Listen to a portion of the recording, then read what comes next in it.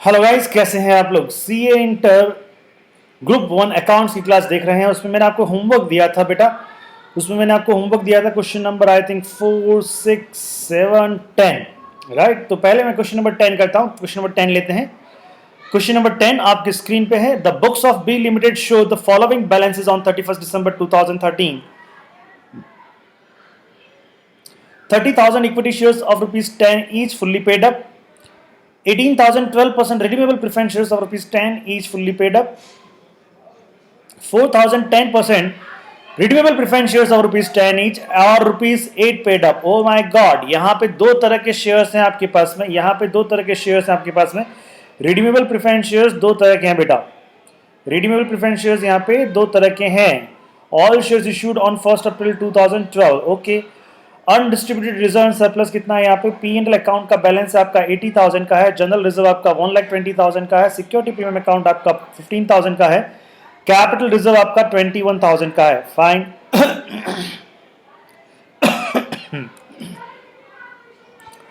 Preference shares are redeemed on 1st January 2014. Preference shares are redeemed on the 1st January 2014 at a premium of ₹2 per share.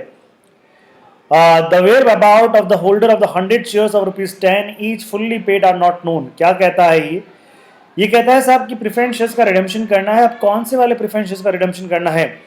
दो तरह के preference shares हैं आपके पास में, 12% और 10%। तो आपको 12% का करना है या 10% का करना है। देखिए ऑन द फेस अगर मैं बात कहता हूं तो यहां पे जो आपको नजर आता है कि फुल्ली पेड अप का अगर हम प्रेफरेंस शेयर्स का रिडेम्पशन करना चाहते हैं तो हम क्या करेंगे, फुल्ली पेड अप। हम उन शेयर्स को क्या करेंगे, फुल्ली पेड अप जो शेयर्स होगा उसका रिडेम्पशन हम कर पाएंगे। अच्छा, जो पार्टली पेड अप है अगर उसका रिडेम्पशन करना होता है आपको उसको फुल्ली पेड अप में कन्वर्ट करना होता है। ये मैंने आपको बताया था। अब बेटा जो आईसीआई का इंस्टीट्यूट, जो हमारा इंस्टीट्यूट है उसकी मॉड्यूल का ही ये क्वेश्चन है। क्वेश्चन नंबर 1 है। तो आईसीआई का मॉड्यूल क्या कहता है। आईसीआई का मॉड्यूल ये कहता है कि जब आपके पास में दो तरह के प्रेफरेंस शेयर्स होते हैं, जब आपके पास में दो तरह के प्रेफरेंस शेयर्स होते हैं और रिडेम्पशन की बात कही गई है और ये कंफर्म नहीं है कि कौन से शेयर्स का रिडेम्पशन करना है, तो ऐसी कंडीशन में जो फुल्ली पेड अप है आप उसका रिडेम्पशन कर दीजिएगा। जो फुल्ली पेड अप है आप उसका रिडेम्पशन कर दीजिएगा। लेकिन अल्टरनेटिव अप्रोच ये भी हो सकता है कि रिडेम्पशन करना है हमें प्रेफरेंस शेयर्स का, ये नहीं बताया गया कौन से प्रेफरेंस शेयर्स का रिडेम्पशन करना है।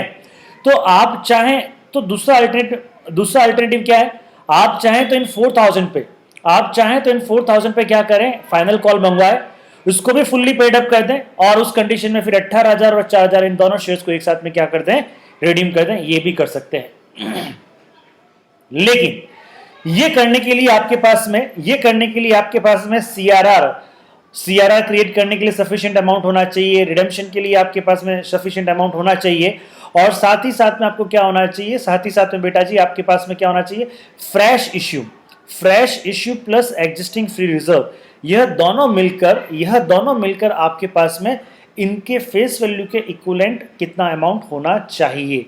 नहीं समझ में आया, कोई दिक्कत नहीं, अभी मैं करके दिखाऊंगा। ये अपन अभी करके देखेंगे। समझ में आ रहा है बात। चलिए, अनडिस्ट्रीब्यूटेड रिजर्व ये सब है। For redemption 3,000 equity shares of ₹10 each are issued at a premium of ₹10% premium. Okay, तो इसका मतलब क्या हो गया, 3,000 नए शेयर्स आपको इश्यू करने हैं और उन पे 3,000 नए शेयर आप इश्यू करेंगे ₹10 ईच पे। तो 3,000 मल्टीप्लाइड बाय 10 कितना होता है आपका 30,000 एंड 30,000 का 10% प्रीमियम 3,000 यानी 33,000 रुपीज आपको इससे मिलेंगे। Eight the same time a bonus issue of equity shares was made at par 2 shares being issued for every 5 share held on that date out of the capital redemption reserve। ये कह रहा है जो CRR बनेगा उसमें से आपको क्या देना है, उसमें से आपको बोनस इश्यू करना है। ओके, सीआरआर से आप बोनस इश्यू कर सकते हैं। सीआरआर से कैपिटल रिडेम्पशन रिजर्व साला एक के लिए काम आता है, किसके लिए, इश्यू ऑफ बोनस शेयर्स। समझ में आ रहा है चीज।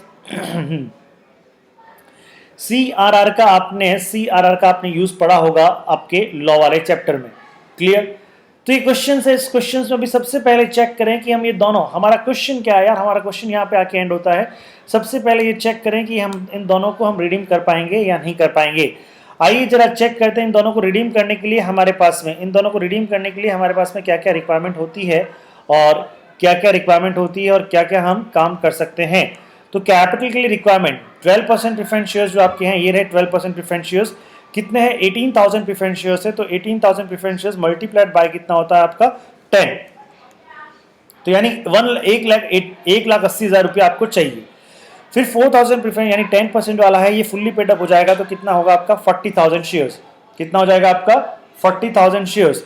तो कुल मिला के आपको कैपिटल के लिए टोटल रिक्वायरमेंट कितनी रहेगी, कैपिटल के लिए टोटल कैपिटल रिक्वायरमेंट रहेगी आपके पास में यहाँ पे 2,20,000 शेयर्स का टोटल कैपिटल रिक्वायरमेंट रहेगा।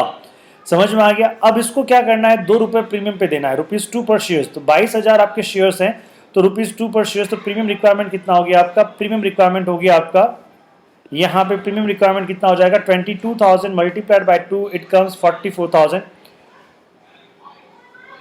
Yes it comes 44,000 right. तो टोटल अमाउंट रिक्वायर्ड कितना रहेगा हमको, टोटल अमाउंट रिक्वायर्ड रहेगा हमको 2,64,000, कितना अमाउंट रहेगा बेटा 2,64,000।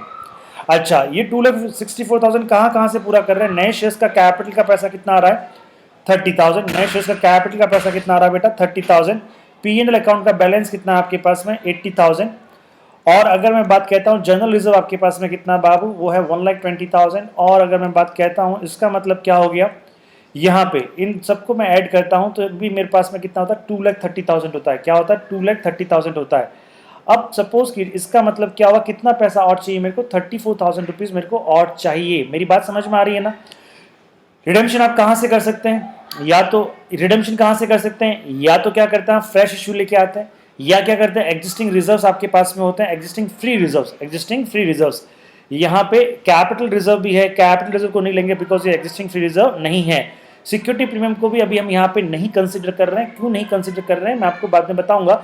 यहाँ पे देखिए अगर आपने एक सेक्शन 133 कंपनीज पढ़ा हो, सेक्शन 133 कंपनीज क्या होता है थोड़ा सा मैं बता देता हूँ। चलिए सेक्शन 133 कंपनीज क्या होता है, अगर सेक्शन 133 कंपनीज है जो कि लिस्टेड कंपनीज है, अगर वो अपने रिडेम्पशंस कर रही हैं, वो अपने प्रेफरेंस शेयर्स का क्या कर रही हैं रिडेम्पशन कर रही हैं, तो ऐसी कंपनीज क्या होगा, ऐसी कंपनीज अपने प्रेफरेंस शेयर्स का रिडेम्पशन कर रही है तो जो प्रीमियम का अमाउंट है, वह प्रीमियम का अमाउंट वो कहाँ से, कहाँ से निकालेगी, वो प्रीमियम का अमाउंट फ्री रिजर्व से निकालेगी, ना कि सिक्योरिटी प्रीमियम को यूज करेगी। Premium on redemption of preference shares, समझ में आ रहा है चीज। हाँ ये मैंने थ्योरी में भी दिया हुआ है। हाँ जी तो अच्छा अगर हम इसको सेक्शन 133 वाली कंपनी नहीं भी माने, सपोज कीजिएगा, अच्छा अब क्वेश्चन में हमें नहीं दिया हुआ था सेक्शन 133 वाली कंपनी माने या नहीं माने।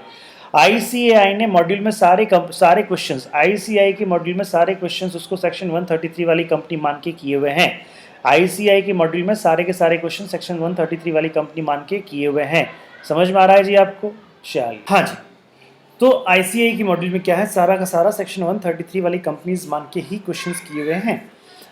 तो उसके अंदर अपन देखते हैं, अगर सपोज कीजिएगा तो आपको 34,000 रुपीज़ का डेफिशिएंसी मिल रहा है, यानी 34,000 रुपीज़ आपके कम पड़ रहे हैं।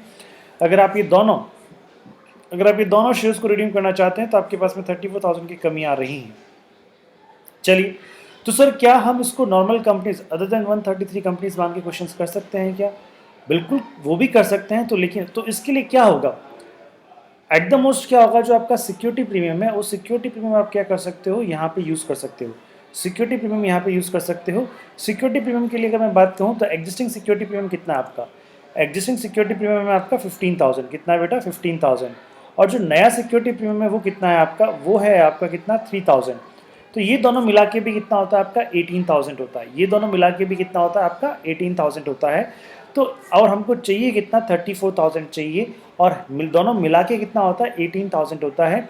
तो ऐसी कंडीशन में भी बेटा क्या है, ऐसी कंडीशन में भी हमारे पास में सफिशिएंट रिजर्व, सफिशिएंट अमाउंट नहीं है कि हम इन दोनों का रिडेम्पशन कर सकें। तो हम क्वेश्चंस में एक ही स्टाइल का एक ही कैटेगरी के प्रेफरेंस शेयर्स का हम क्या करेंगे, रिडेम्पशन करेंगे।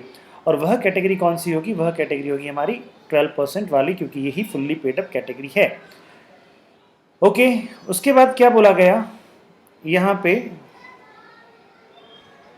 प्रेफरेंस शेयर्स को रिडीम करना था, एक पॉइंट बोला गया था यहाँ पे बेटा, क्या बोला गया ये, that is the whereabout of the holder of 100 shares of ₹10 each fully paid up are not known. यानी क्या हो गया कि 18,000 में से 100 का जो प्रेफरेंस शेयर्स का जो होल्डर है जिसने पूरा पैसा दिया हुआ है वो कहीं गायब हो गया साहब, वो कहीं गायब है, उसका हमें पता ही नहीं आता, पता ही नहीं है वो कहीं पर गायब हो गया है, तो उसको पेमेंट नहीं कर पाएंगे। एनीवेज हम सारी व्यवस्थाएं 18,000 के हिसाब से करेंगे, सारी व्यवस्थाएं हम 18,000 के हिसाब से करेंगे, और उसके बाद में हम क्या करेंगे, उसके बाद में पेमेंट कितना करेंगे, 17,900 शेयर्स पे कर देंगे। ठीक है, बोनस शेयर्स को भी आपको इश्यू करना है। बोनस शेयर्स कितना इश्यू करना है, देखिए बोनस शेयर्स की अगर मैं बात करता हूं तो बोनस शेयर्स आपके पास में, अगर हम बात करें बोनस शेयर्स, तो बोनस शेयर्स आपके पास में एग्जिस्टिंग बोनस शेयर्स के लिए देखिए हमें इश्यू करने हैं बोनस शेयर्स, राइट बेटा। बोनस शेयर्स इश्यू करने किसके लिए इश्यू होगा, बोनस शेयर्स इक्विटी शेयर्स पे। बोनस शेयर्स हमेशा किसको दिए जाते हैं, इक्विटी शेयर्स को दिए जाते हैं। तो एग्जिस्टिंग इक्विटी शेयर्स हमारे पास में कितना है, एग्जिस्टिंग इक्विटी शेयर्स,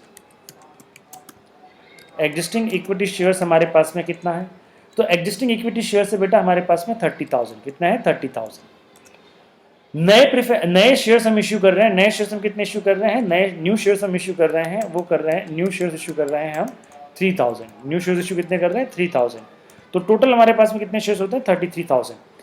लेकिन बोनस जो है, ध्यान रखिएगा, बोनस हमेशा अनटिल अनलेस नहीं बोला जाएगा आपको नए शेयर्स पे बोनस नहीं देना है, बोनस हमेशा ओल्ड शेयर्स पे ही दिया जाएगा, बोनस हमेशा ओल्ड शेयर्स पे ही दिया जाएगा। समझ में आ रही है बात, तो बोनस इन शेयर्स पे नहीं दिया जाएगा, बोनस इन शेयर्स पे नहीं दिया जाएगा।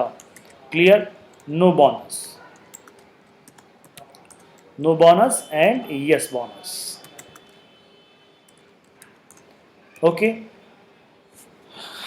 बोनस के लिए क्या बोला सर, 2 शेयर्स बोनस क्या कर रहे हैं, at the same time a bonus issue of equity shares were made at par, 2 shares being issued for every 5 share hold, यानी 5 के बदले में 2 शेयर्स दे रहे हैं, तो 5 के बदले में 2 शेयर्स दे रहे हैं, तो नंबर ऑफ बोनस शेयर्स कितने हो जाएंगे, नंबर ऑफ बोनस शेयर्स, कितने शेयर्स आपके पास में 30,000, कितने हैं आपके पास में 30,000, divided by 5 multiplied by 2, multiplied by 2, how it comes 12,000। तो 12,000 शेयर्स पे 12,000 शेयर्स का आपको बोनस देना है। अच्छा, 12,000 शेयर्स का बोनस देना है तो उसके लिए अमाउंट कितना चाहिएगा, उसके लिए अमाउंट कितना चाहिएगा, उसके लिए अमाउंट चाहिएगा 12,000 मल्टीप्लाइड बाय 10, 12,000 मल्टीप्लाइड बाय 10, तो ये कितना होता है बेटा 1,20,000। तो कितना होता है 1,20,000 आपको अमाउंट चाहिएगा, 1,20,000 रुपया आपको इसके लिए अमाउंट चाहिएगा। अच्छा, ये अमाउंट हम कहाँ से लेंगे, ये अमाउंट लेंगे हम कैपिटल रिडेम्पशन रिजर्व से लेंगे, इसको हम CRR को यूज़ करेंगे। तो यह सब ये क्वेश्चंस को करने से पहले आपको ये सारा क्लियर हो गया होगा, क्या क्लियर हो गया होगा कि यहाँ पे आपको क्या करना है, यहाँ पे ये वाले शेयर्स ही हम आपको रिडीम करेंगे, ये वाले शेयर्स रिडीम नहीं करेंगे। मैंने आपको दोनों ही सिचुएशन बता दी है आपको। अच्छा, और आप ये इंस्टीट्यूट का जो आपका क्वेश्चन है, जो रिडेम्पशन ऑफ प्रेफरेंस शेयर्स का जो इंस्टीट्यूट का मॉड्यूल, उसका क्वेश्चन नंबर 1 है, इसका क्वेश्चन नंबर 1 है। आप वहाँ के सॉल्यूशन में भी जाके चेक करेंगे तो वो लिखा होगा कि फुल्ली पेडअप को हम यहाँ पे ही, फुल्ली पेडअप को ही हम क्या करेंगे, रिडीम करेंगे, पार्टली पेडअप शेयर्स को हम रिडीम नहीं करेंगे। समझ में आ गया। अब कोई कहता है सर क्यों नहीं करेंगे, हम कर सकते हैं ना, इसके पीछे लॉजिक क्या है, तो यस आप कर सकते हो, कोई दिक्कत नहीं है, आप उसको मान के कर सकते हो, लेकिन फिर ऐसी कंडीशन में आपको ये भी कैलकुलेट करके देखना पड़ेगा आपके पास में सफिशिएंट पैसा होना चाहिए। अगर सफिशिएंट पैसा आपके पास में होता है तब तो आप दोनों शेयर्स को रिडीम कर सकते हो, कोई दिक्कत नहीं है। समझ में आ गई बात। हाँ, आप नोट लगा दें कि हमने in the absence of information we presume that the both the class of the preference shares will be redeemed and the partly paid up share will become fully paid up after becoming a full and final call. समझ में आ गई ये चीज़। चलिए साहब, अब सबसे पहले हमें किसकी एंट्री करनी पड़ेगी, नए शेयर्स इश्यू किए हैं उसकी एंट्री करनी पड़ेगी। तो नए शेयर्स इश्यू करने की एंट्री हम कर लेते हैं साहब, उसकी एंट्री हम कर लेंगे। वो एंट्री हो जाएगी आपकी क्या, bank account debit to equity share application, और क्या कह सकते हैं आप, और एक साथ में करना चाहते हैं तो bank account debit to equity share capital to security premium. Clear, ये आपने शेयर्स इश्यू कर दिए हैं। शेयर्स इशू करने के बाद में आप क्या करेंगे, शेयर्स इशू करने के बाद में आप करेंगे बेटा जनरल रिजर्व, आप CRR क्रिएट करेंगे। अब अगर मैं यहाँ पे कहूँ आपको, यहाँ पे बात कहता हूँ, आपको CRR कितना क्रिएट करना पड़ेगा, तो टोटल आप partly paid up shares preference shares can not be redeemed, partly paid up preference shares can not be redeemed. Yes, it can be redeemed only after it become fully paid up, लेकिन वो भी नहीं हो सकता। क्यों नहीं हो सकता, क्योंकि हमने देखा हमारे पास में इतना सफिशिएंट बैलेंस नहीं है। क्लियर, हमारे पास में सफिशिएंट बैलेंस नहीं है। अब देखिए face value to be shares of the redeem कितना है आपका 1,80,000, कितना है आपका 1,80,000, 18,000 शेयर्स है ना बेटा आपके, 18,000 शेयर्स है तो 1,80,000। उसके बाद में क्या हो गया, proceed from the self fresh issue, यानी कि जो कैपिटल के लिए कितना पैसा आ रहा है आपके पास में, कैपिटल के लिए आ रहा है आपके पास में 30,000, तो इसका मतलब CRR कितने का बनेगा आपका 1,50,000 का CRR बनेगा, 1,50,000 का CRR बनेगा। और ये तीसरा पॉइंट क्या है, जो नए शेयर्स आप इश्यू कर रहे हैं इन पे कोई भी बोनस नहीं दिया जाएगा। समझ में आ गई ये चीज़, चलिएगा। तो अब CRR बनाते हैं, 1,50,000 का CRR बनाते हैं, कहाँ कहाँ से लेंगे हम, देखिए general reserve account debit, P&L account debit to capital redemption reserve account. General reserve account debit, मैंने जनरल रिजर्व को यूज कर लिया, मैंने P&L को यूज कर लिया to capital redemption reserve account. कितना हो गया बेटा ये, this is being the amount transfer to capital redemption reserve account as per the requirement of the act. समझ में आता है चीज, ओके। उसके बाद में हमें किसका किसका किसका किसका ध्यान रखना पड़ेगा, प्रीमियम ऑन रिडेम्पशन का। किसका बेटा, प्रीमियम ऑन रिडेम्पशन का, याद है ना। तो प्रीमियम ऑन रिडेम्पशन की एंट्री करेंगे तो उसके लिए क्या हो जाएगा, P&L account debit to premium on redemption of preference shares, this is your entry. P&L account से पैसा ले रहे हैं, सिक्योरिटी प्रीमियम से पैसा नहीं ले रहे हैं, क्योंकि सेक्शन 133 की कंपनी मान के चल रहे हैं। फिर क्या है आपका 12%, उसके बाद में अमाउंट ड्यू कर दीजिएगा 12% renewal preference shares account debit, capital account debit, premium on redemption of preference share account debit to preference shareholder, to preference shareholder. कितना कितना 1,80,000। उसके बाद में आपका प्रीमियम कितना है आपका 36,000, और टोटल अमाउंट कितना ड्यू हो गया आपका 2,16,000। लेकिन पेमेंट कितने का करना है, पेमेंट आपको 100 शेयर्स पे नहीं करना है, 100 शेयर्स पे नहीं करना है, आपको बैलेंस शेयर्स पे ही पेमेंट करना है। Preference shareholder account debit to bank, preference shareholder account debit to bank कितना है आपका 2,14,800 आप पेमेंट करेंगे, 100 शेयर्स का पेमेंट नहीं करेंगे, क्योंकि वो पता ही नहीं किसको पेमेंट करेंगे। अब ऐसा तो है नहीं माता जी को दान करके आ गए हम, ये हम कर नहीं सकते हैं यहाँ पे।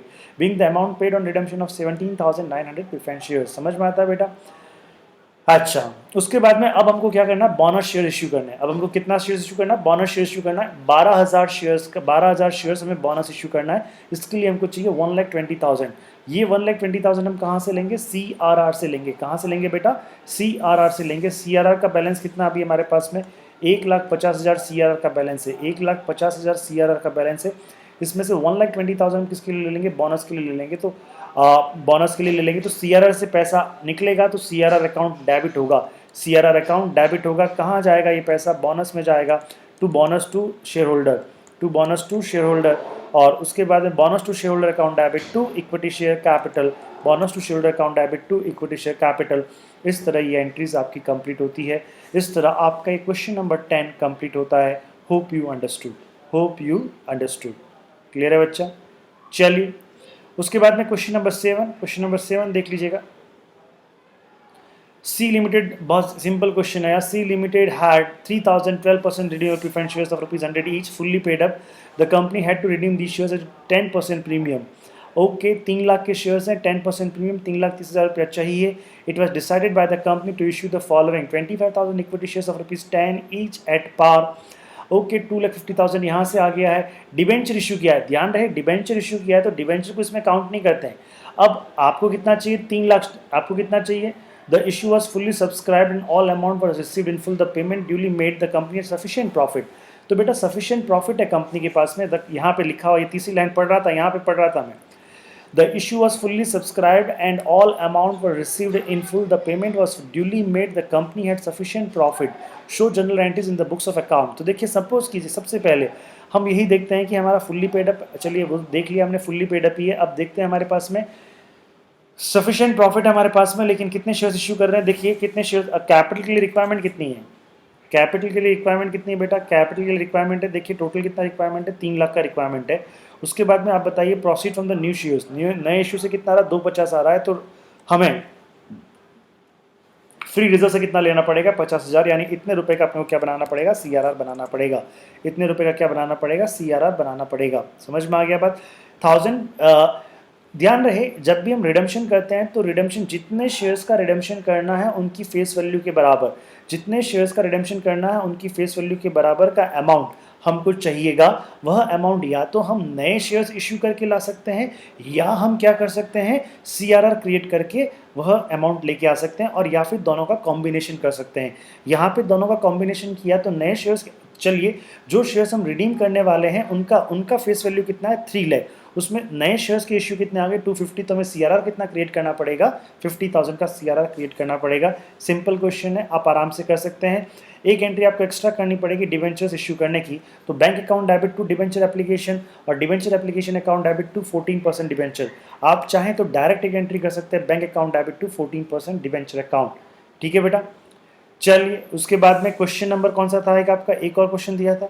चलिए ये क्वेश्चन यहीं तक है, ज़्यादा इसमें कोई बड़ी बात नहीं है डिस्कशन करने की।